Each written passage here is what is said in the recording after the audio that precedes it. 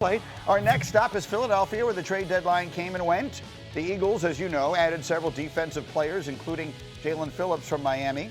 But maybe more significantly, they did not trade away A.J. Brown, even though Brown has publicly expressed frustration with his role. Here's their general manager, Howie Roseman, explaining why he did not trade away his star receiver.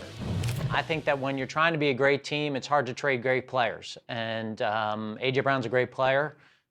He wears the C for a reason. He's an important part of this team, of this organization. He cares about winning. He cares about his teammates. And, you know, I think that when you're a team like ours that is looking forward to an opportunity to compete for a championship, you just don't get rid of the guys like that. Did the Eagles make the right decision not trading away A.J. Brown? Yeah. Oh, 1,000%. 100%.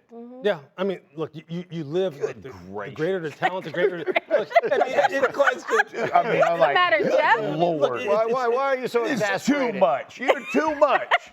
This is why you can't have nice. This is why you're a Jets fan, bro, right here. Because why would We just you traded away our two best players. A.J. Brown. Are Yeah. you serious? Did you watch what the dude? Did you just watch what Marvin Harrison Jr. did against? Like, there are only a few guys in our game that can do what A.J. Brown. He read a book on the sideline the year you won the Super Bowl. Then he's aggravated. I can live with it, man. Like Howie Roseman makes the greatest point. You don't trade away great players when you're a great football team. It's pretty simple. The greater the talent, the greater the tolerance. Yeah. It's as simple as that. It's been true since the beginning of time when it comes to professional football. We've seen through the course of history guys who many teams would be like, you got to get rid of that guy. And they would look at you like, oh, do I? Yeah. Yeah. What? Yeah. Let's just go through history. Yeah. Just go through history. Lawrence You're not Taylor? getting. Was that one? Look, Okay. I mean, come on now. It's a similar deal. I remember talking to Jimmy Johnson, and he's like, Michael Irvin showed up late for practice, something, and the player said, well, he goes, you ain't Michael Irvin. Like, That's exactly right. And, That's exactly right. And a lot of these guys, That's they ain't exactly A.J. right. Brown. Like, we actually need A.J. Brown. And I thought the whole conversation the last several weeks was kind of ludicrous, if I'm being honest. Howie Roseman, if you know his tendencies, he never trades away players. He acquires. And as we see that he did the last couple of days, they're on the bye week. Other GMs might be on vacation. Other GMs might be doing other things. Howie acquired 3 players when they didn't even have a game that weekend. So that's what they do. One of the things when you're talking about players like this, you can't have a team full of exceptions, but you make exceptions for exceptional players. Right. And they have a great foundation there. They have a foundation that is rooted in winning. They've won Super Bowls. That's right. So you just you deal with this kind of thing and you manage it. Because the end goal is to win a Super Bowl. That's right. The end goal, the expectation in Philly is Super Bowls. So you don't get rid of A.J. Brown. I think the reason, obviously, the conversation is being had is because A.J. is the one tweeting, posting cryptic things, saying things I don't know about a meeting, all this stuff. And that's why the conversation was being had. Yes. But to take it a step further, like, oh, could Howie... Now, that part was ridiculous because it was never going to happen All right, so where does it leave us? Let's put up D23. The time for acquisition, for roster building Let's go, 23. has come and gone. Oh, the wow. Lions and Eagles are currently tied for the best odds to win the... This is D23. This is the Lions and Eagles are currently tied for the best odds to win the NFC. Wow. Followed by the Packers and Rams, who are tied for third. Seahawks are right behind them. Buccaneers, who are not listed on your graphic here, come in at 11-1. So now we put those picks up there. So we got a lot of votes. A lot of people, team turmoil, whatever it's been, ups and downs. Lewis, you're going Seattle. I absolutely am. Well, good. It's 3-1, huh? I am. You know why? Because look, Sam is in a sweet spot. Yeah. John Snyder recognizes it. They have one of the meanest defenses in the league. No Green Bay, no Detroit. I'm just looking at the teams that are not represented on that screen. No Rams? Packers, Lions, Rams. Rams. Yeah. No, And the I NFC think is this was loaded. actually this was actually really difficult to pick. The reason I went Eagles, A, defending champs, but B, I trust their quarterback more so than the Seahawks right now. Last year we were saying Sam Darnold is in his sweet spot, and then it started to fall apart. Granted, the roster he has now is different, but I just need to see it. Okay, yeah. I would also just say, last week, if you asked me this question, I probably would have said the Packers. And then you lay that egg against the Panthers at home. It seems like every team is laying eggs just when we want to crown them. Yeah. Lions, same. Lions did it. The Rams lost to the Niners at home on a Thursday. The Eagles, though, the Eagles have beaten the Bucks, the Rams. They've beaten the Chiefs. Like, the Eagles feel like they've already done that. They've beaten those teams. No eggs have been laid. Yeah. So then we go to the well, they lost to the Giants on a Thursday night, but I know what you mean. It was a long time ago. In the AFC, they did a very interesting thing for you on ESPN Bet. I like this. You've got, these are your division leaders, right? The Patriots lead the East, the Colts lead the South, the Broncos lead the West, the Steelers lead the North, just as we all expected. No Buffalo on this graphic, no Kansas City on this graphic, no Baltimore on this graphic. Isn't that great? So the wager is a really good prop bet. And right now, it's up on ESPN Bet Sportsbook. You can either have those 4 teams, Get that up. and that's plus 140, or you can have the field, which of course includes Chiefs, Bills, Ravens, maybe Chargers if you like that. I like this. It's a very interesting little bet. That's why right there. You see those three Yeah. three Buffalo Bills logos right there? Because they have you the had to pick best. one- They Jeff have Saturday they taking have the the Colts. best lines of scrimmage on both sides of the ball. The Bills do. Absolutely. And I know that their Achilles heel could potentially be explosive creation on offense outside the numbers, right? The wide receiver position. But did you watch their offensive line? Did you watch how James Cook ran? I mean, how he ran in that game? Yeah. Did you watch how Joey Bosa affected that game late in the game against Kansas City? I mean, he had Patrick going, where's 97 at? Oh, yeah. Because I'm telling you, that ultimately is what's going to get you to the promised land, and I think Buffalo's set up. I'll be honest. I mean, I like Buffalo. Obviously, I like the Colts the best, but I like the Patriots and the Broncos. Those are 2 really good teams. By the way, Patriots already beat the Bills at their place. These teams are constructed. Again, Colts have very good offensive line. Defensive line's going to get better with the pressure. The Patriots, they got Drake May. I mean, they're legit. Question. Kansas City? I mean, they lose to Buffalo every year in the regular season. Are we jumping off the Chiefs bandwagon? I'm not. You know, I've been called a Chiefs apologist before. Yeah. Okay. Maybe I am. Not a lot to apologize for. They've Maybe been I to the am. Super Bowl. But what I'm saying is like their offensive and defensive line. Like I just think Buffalo's lines of scrimmage dominate right now. I think Kansas City, as much work as they did on their offensive line, man, I mean, with Josh Simmons not being there and we don't know when he's going to return, I mean, that's a problem.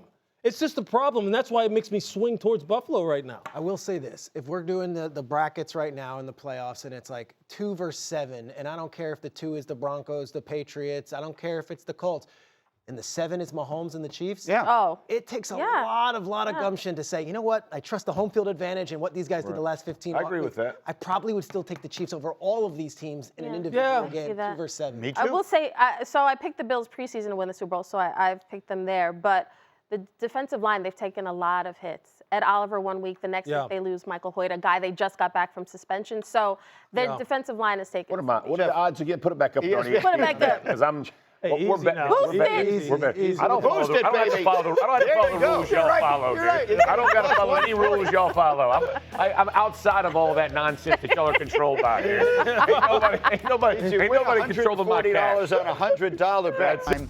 News breaks: the AFC leading Colts are trading 2 first-round picks to the Jets for cornerback Sauce Gardner, bolstering that Indy defense for a playoff run. 4 minutes later, the Seahawks, tied for the best record in the NFC, trade for Saints wide receiver Rashid Shaheed, giving Sam Darnold in that offense a deep threat that should help them in their playoff push. And then about an hour later, 2:05 p.m.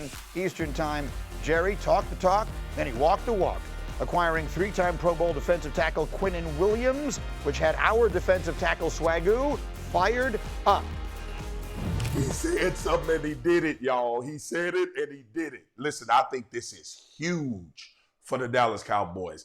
They help bolster their pass rush, but they also get a guy that plays the run very well. And people probably scratching their head, well, they got Kenny Clark. Kenny Clark was more to solidify the run game. Quinnen is going to be both. And we've seen him play at the highest level as one of the defensive tackles in this league. I think this is a hell of a deal for the Dallas Cowboys to get an impact player right now. I opened the show with this, but in case you're just joining us, and Jerry, in case you're just joining us yourself, I offer my apologies. Yesterday, I accused you of not delivering on the tease, which is the one thing I know a lot about. You can't tell people, I have the most important story in the history of mankind coming up next, and then tell me we've just acquired Logan Wilson, who is a linebacker, a fine player that Cincinnati just benched, and they have the worst defense of all time. No. Poor Logan Wilson. You tell us we have a huge trade coming up. That was not meant as a commentary on Logan Wilson. So I apologize to Jerry, and I apologize to Logan Wilson. Seemed like it, but- I'm saying yesterday he delivered on the tease. Quinnen Williams is worthy of the hype. Now, how did this trade happen? Quinnen Williams was not being shopped the last several weeks. However, once his name started becoming popular amongst GM circles, it became obvious that the Jets were willing to trade him for the right price. They were happy to keep him. And when Jerry called in the last 48 hours with Stephen Jones and Will McClay and offered this bounty of picks, the Jets simply could not say no. Quinnen Williams, a very fine player for the New York Jets, has done an admirable job. He also is one of the better run stuffers in the league. That said, this compensation is a lot, and the Cowboys are trading future picks as well as a pick in this year's draft to go and make this deal done. The Jets weren't looking to necessarily trade him for 60 cents on the dollar. They got 120 cents on the dollar. Well, they did. On this one. That's the thing. Everyone's been asking me my thoughts on this. The Jets made out, whatever you think of it, they made out great in both the big trades they made yesterday. So we talked about what he will mean for this Cowboys defense earlier this morning, and that's all well and good. He's a terrific player. But the question does remain. Does it make sense in the middle of a lost season, and that's what this is for the Cowboys? Our analytics give them a 7% chance of making the playoffs, to trade away a 2 and a 1. And I've never even heard of this. They have 2 first-round picks the following year. They've offered the better of the 2, whichever one winds up being better. It's part of the negotiation. It's a great trade for the Jets. Yeah.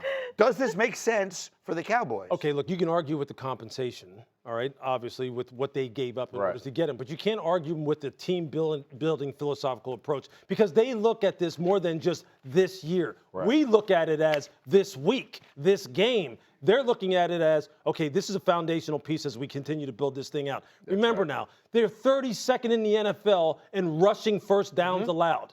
People say, well, you know, is he really a dominant pass rusher? He didn't have Micah Parsons. Look, the Micah Parsons thing, they screwed that up. But in order to get the third down, and Jeff's going to talk about this, I'm sure, you have to stop him on first down. And Kenny Clark can't do it by himself. That's why they went out and got Logan Wilson as well. And we haven't even gotten to the whole thing about the secondary. They're not going anywhere regardless. But they got to do something. Yes. And this isn't some guy who's 35 years old who's like year to year at this point. No. He's going to be retiring in a year. No. He'll be a foundational piece for them. Absolutely. This is a long-term thing, and I know with the Cowboys, again, it's week to week. But that's not how you have to look at this. Yeah, you got to build your defense from inside out. That's what they did. So are you saying to only make it a valuable trade is if they make the playoffs? I don't think the Cowboys are still going to make the playoffs with the 2 pickups. However, they are a better defense today with the acquisition of these 2 guys, and they will be, barring any catastrophic for the time. Let me tell you, when you get Overshown, Wilson, Clark, and Williams together, that's a very good 4 of your front 7 just walking off the bus. Let me start off by saying this. In that building, they are just as thrilled as Swagoo, because somebody texted me like, oh man, we need those guys. Because when you look at their we know how great their offense is. However, it's their defense that has been, kind of making things tough for them. I'm looking at Eberflus. I'm looking at a guy who has pieces. Now, can you fit your scheme to maximize what they're best at? Can you adapt to your players?